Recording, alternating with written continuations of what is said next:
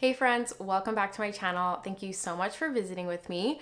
Today we're going to be talking about how self-care, consistent and intentional self-care pulled me out of postpartum depression, and I don't take that lightly. So before we dive in, this video is actually a collaboration with the beautiful Nekole. She's a mother and a pediatric occupational therapist, and she's also a huge advocate for self-care and wellness. She has her own YouTube channel called Kids OT Help. I actually found Nekole when my second baby was born. She had this great video about newborn tummy time.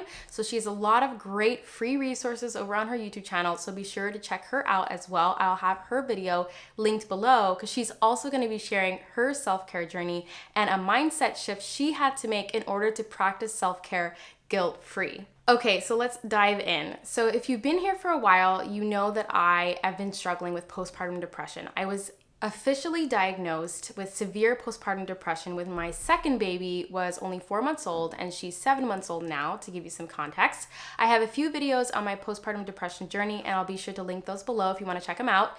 But yes, once I got diagnosed, it was quite severe, and I was referred by the social worker to Orange County Parent Wellness Program, which is a program that offers free therapy and group support services for moms, which is crazy because it came at a perfect time in my life when I didn't have any money for therapy, as a lot of us don't. And it's actually been an incredible, amazing program that has helped me so much in my healing journey. Basically, after 3 months of weekly therapy, my therapist helped me uncover a very basic truth that I wasn't recognizing myself, which was that I wasn't taking care of my basic needs. Like basic needs. No sleep, I wasn't eating enough, I wasn't even eating 3 meals a day, let alone snacks. Keep in mind that I'm breastfeeding and I should be eating even more calories than the normal 2,000 calories in a day. I was not getting very much support or help. My husband had just got a new job. He was traveling a lot, out of town a lot, and I don't live near any of my close friends or any of my family members. So pretty much I have a 2.5-year-old and a 7-month-old now, and my toddler is very busy. He's very active. And so essentially I was just hustling extremely hard, and it was taking a huge toll on my body and on my mental health. So I know it sounds super simple, but oftentimes the most complicated problems can have the most simple solution. And for me, that was starting with getting my basic needs met, my basic self-care. And that's something that as moms, it can be really challenging for us to do. And it wasn't as simple as just, hey, Mia, eat more, hey, sleep more. And honestly, I am so tired of talking to people. I don't know about you, but when you share with them that you're struggling to even just eat 3 meals a day, and they're like, what's the big deal? Just eat. What was so incredible about my therapist was that when I shared with her that I'm having such a hard time, she looked me in the eye and she told me, I can tell that you're actually trying really hard, but you don't have the time or the space to do it. You really need to hire help. And I was not okay with hiring help. I thought, how can I do that? My belief, the lie that I kept telling myself, was that my only job is to watch my kids, as if, and I can't believe I kept saying only, and I kept saying my only job is just to watch my kids. I kept like minimizing it and trying to make myself believe that what I was doing wasn't really that big of a deal and that I should be able to handle it on my own. And basically over the last 3 months, I had to work on making a significant mindset shift to help me start practicing my basic self-care guilt-free, because it's not just practicing self-care consistently that's challenging so much as practicing it without the mommy guilt, right? So she basically helped me realize that if I don't take care of my needs, no one else will.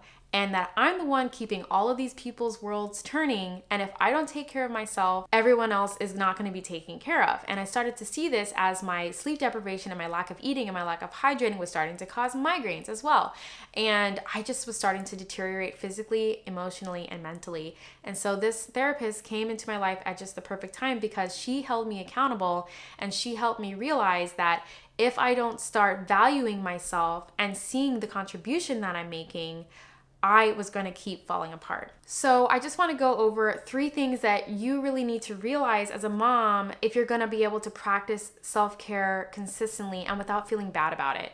The first thing is recognize how valuable what you're doing is. You are literally raising the next generation of humans. You are stewarding a life and a heart and a person, and that is a lot of work, and that can be a lot of pressure. So give yourself permission to take a break from that pressure and all of that work, because you are allowed to take a break. The second thing is, and my therapist helped me realize this, she said, if I were to outsource all the things that I did, so if you were to outsource, like hire someone for all the things that you do, the cooking, the cleaning, the organize, the list writing, the budgeting, the childcare, everything. If you were to pay someone else to do all those things, my therapist actually did the math and it came up to about $120,000 a year. So if you struggle like I have with, oh, I can't spend $1 on myself, I can't spend an hour on myself, realize that if you outsource all that you are already doing for your family, it would cost $120,000 a year roughly. So after I realized that, I thought, oh my gosh, and I can't spend $40 on myself to hire a sitter so I can take a nap. Oh my goodness, like I don't think that I'm worth like hiring some help so that I can go and do something else other than changing diapers. It just made things very clear to me. So if you're analytical, kind of like me, and you like numbers, that was so concrete for me. I realized that I was saving my family tons of money by choosing to stay at home and choosing to be the primary caregiver, the primary, cook, chef, cleaner, all that stuff, right? So by doing that for my family, I was contributing. So I hope you realize that you are bringing value in. And just because you're not bringing in money, and I don't know why we always equate money with value, but you are bringing in a whole lot of value to your family by saving your family all of this money and all of these resources by being the one doing most of these things on your own. And the last mindset shift I had to make that I hope you can make too is that, again, if you don't prioritize your self-care, no one else will. And that's something my therapist keeps commending me for, and I want to commend you as well, that at the end of the day, we are the ones who need to show up. Like, if you want to get better, if you want to start taking better care of yourself, you're the one who needs to put it in the calendar. You're the one who has to prioritize it. And honestly, from doing that, you're going to grow in so much confidence and you're going to feel so empowered because you're going to realize that you can be aware of your needs and you can be the one to make sure they're filled.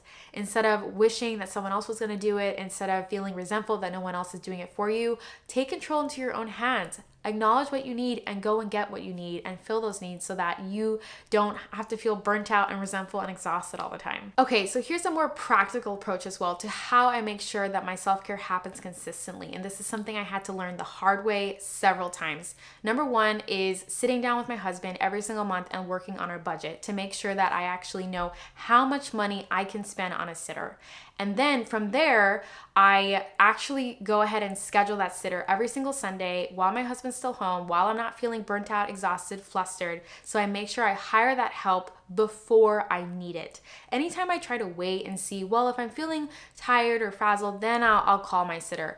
But now that I've learned the hard way, there's always going to come a point where I'm going to feel tired because I have 2 small kids. And let's just acknowledge that, okay? Let's just realize that we are going to need help and let's not wait until we're burnt out to get that help. The third thing is I started asking my husband for more help. I realized that there were so many things around the house that he was willing to help me with, but I was doing on my own because I just assumed that this was my job, this was my territory, and that I needed to be the one to do everything. So now my husband's actually the one that does the Costco runs. He's actually the one that manages the budget most of the time. He does the laundry on the weekend, and he helps with a bunch of other things that I was doing all on my own, honestly, for no reason other than that I was putting the burdens on myself. And another thing, and this sounds super basic, but I never leave the house without food. So even if my toddler is yelling and he's like, Mom, I want to go to the park right now, I just tell him to wait 10 more minutes while Mommy packs up a sandwich and some fruit and some cups of water and whatever else we need before we leave the house.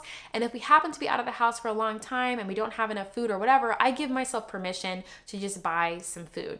Everything's gonna be okay. The world's not gonna end just because I bought myself a $4 breakfast sandwich from Starbucks. What matters is that you're fed, that I'm fed, that we're taking care of our bodies, that we're staying hydrated, because one thing that really I had to accept in my mind as a mindset shift is that we only get one body. You and I, we only get that one body in life. We don't get a do-over. We don't get to destroy it and then ask for an exchange. I think sometimes we treat our bodies like we're just going to be able to turn it in and get a new one if we mess this one up. And the fact of the matter is that's not the case. So take care of your body. And I know if some of these things don't seem relatable to you, if you just can't hire help right now, I totally respect that. This is only something we've been able to do quite recently. But that being said, I actually know several people who have kids who've spoken up to me after I've been honest and vulnerable and said, look, I'm really struggling. And they've offered to help me. They want to help me. You'd be surprised how many moms around you totally get what you're going through and they want to help you. They do. I think that we honestly make this story up in our heads that no one wants to help us. We're all alone in this and like we're in the struggle by ourselves. And I think that until we start to be vulnerable and honest and authentic about what we're really going through as mothers, we're not going to be able to really help each other. So if you can't hire a sitter right now, that's totally fine. Just know that there are people out there that do want to help you. I mean, there have been times where my sitter wasn't available and I did ask a friend for help and they totally showed up for me. So that being said, I think at the end of the day, what you and I need to learn and continue to learn is that what you do, what I do, what we all do as moms is so valuable. It's so important. We do contribute and we do not need a dollar sign to validate what we're doing. And at the end of the day, we have to validate what we're doing. Looking around and hoping that someone else is going to validate stay-at-home moms, who knows when that's going to happen? I hope it happens soon. But in the meantime, what you can do for yourself is empower yourself by recognizing your needs and going out of your way to prioritize yourself and prioritize your needs because you are important. And the more you take care of yourself, the more you're going to learn to love yourself and the more you're going to be able to love your family.